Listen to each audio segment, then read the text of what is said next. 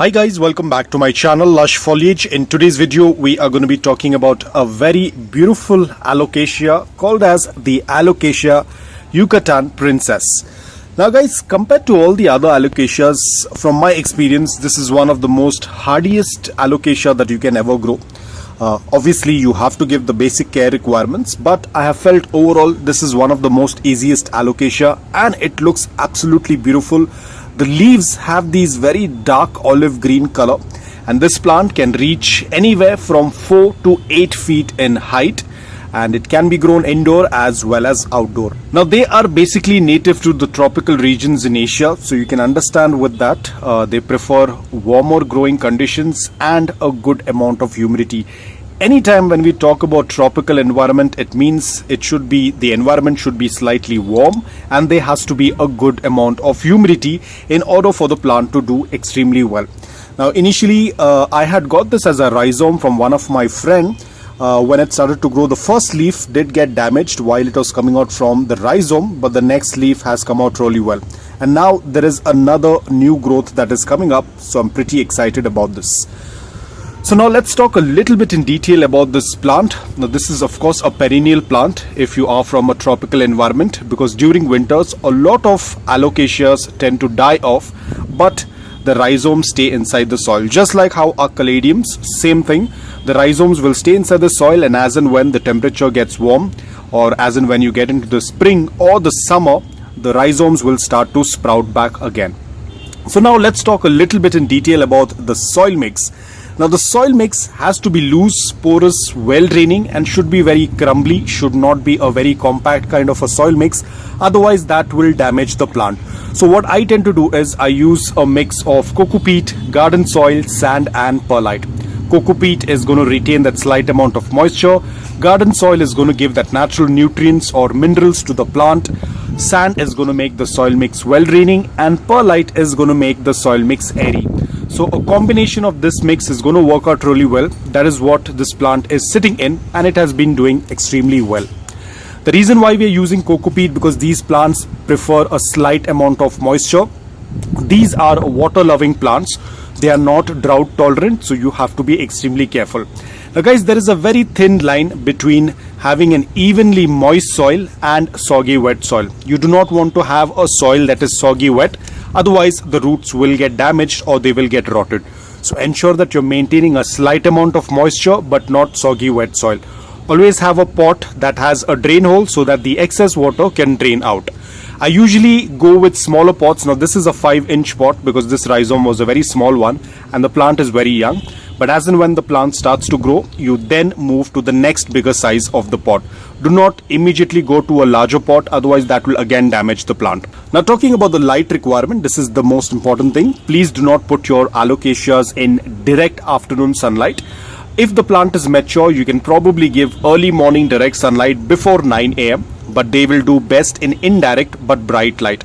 Place them anywhere where there is a good amount of indirect bright light and they will definitely thrive very well. If you're growing it indoor, keep it near the windowsill where it receives a good amount of indirect bright light, or if you're growing it outdoor, you can either grow it under large plants or you can give it filtered light or dappled sunlight. But avoid direct sunlight, especially when it is very intense and strong like the afternoon direct sunlight. Now talking about pest issues, yes, this is the major issues with a lot of alocasias as well as colocasias, and that is spider mites. You will start noticing there are going to be a lot of markings on the leaves that indicates that your plant is getting affected with spider mites. So always turn the leaves and check underneath the leaves. If you tend to see any kind of insects, any kind of bugs, treat it with an organic solution that you have been using all this while and that has been working out really well for you. So your colocasias and alocasias usually get affected with spider mites. Whether you're growing it indoor, whether you're growing it outdoor, spider mites are the major issues with your alocasias and colocasias as well. So always do a routine check once in 2 weeks, once in 3 weeks. If you happen to notice it, clean the underneath of the leaves and keep a close watch, because the spider mites keep coming back and they tend to spread really fast. So you have to do a visual check, a thorough check every now and then. Now talking about propagation, it's pretty simple to propagate your alocasias. All you have to do is divide the rhizomes, because they tend to grow through rhizomes. So find the rhizome and separate it, and then you can put it into the soil. I'm not very sure if I've made a video on it. Probably the same video how we tend to do it for Calatheas. You might have seen those rhizomes. You have to separate those rhizomes because now my plant is very young. I cannot do a propagation right now. But the best method is either to root division or through the division of rhizomes. Both of the methods tend to work out really well. Please do not cut this portion because this is not going to get propagated. This is a petiole. It is not a stem. It will not do quite well. You need to have a good piece of that rhizome. Only then the plant will be able to get propagated. Temperature and humidity, as I said, these are tropical plants, so they prefer a good amount of warmth. They basically are plants that tend to grow during the spring or during the summers. During winters they tend to die off. So during winters you will have to cut down on your watering. For some people, like in my city, my alocasias tend to they do not go into a complete dormancy, meaning they do not die, because I do not have a very extreme winter. I have a very mild winter, so my alocasias tend to thrive even through the winters. But in some places where the temperatures go below 15 degrees Celsius or 10 degrees Celsius, they will not survive outdoor. So if you can get them indoor, you can keep them indoor, but they cannot handle temperatures below 10 degrees Celsius. That is when they will start to drop their leaves. So do not add any fertilizers during the winters. Reduce your watering during the winters.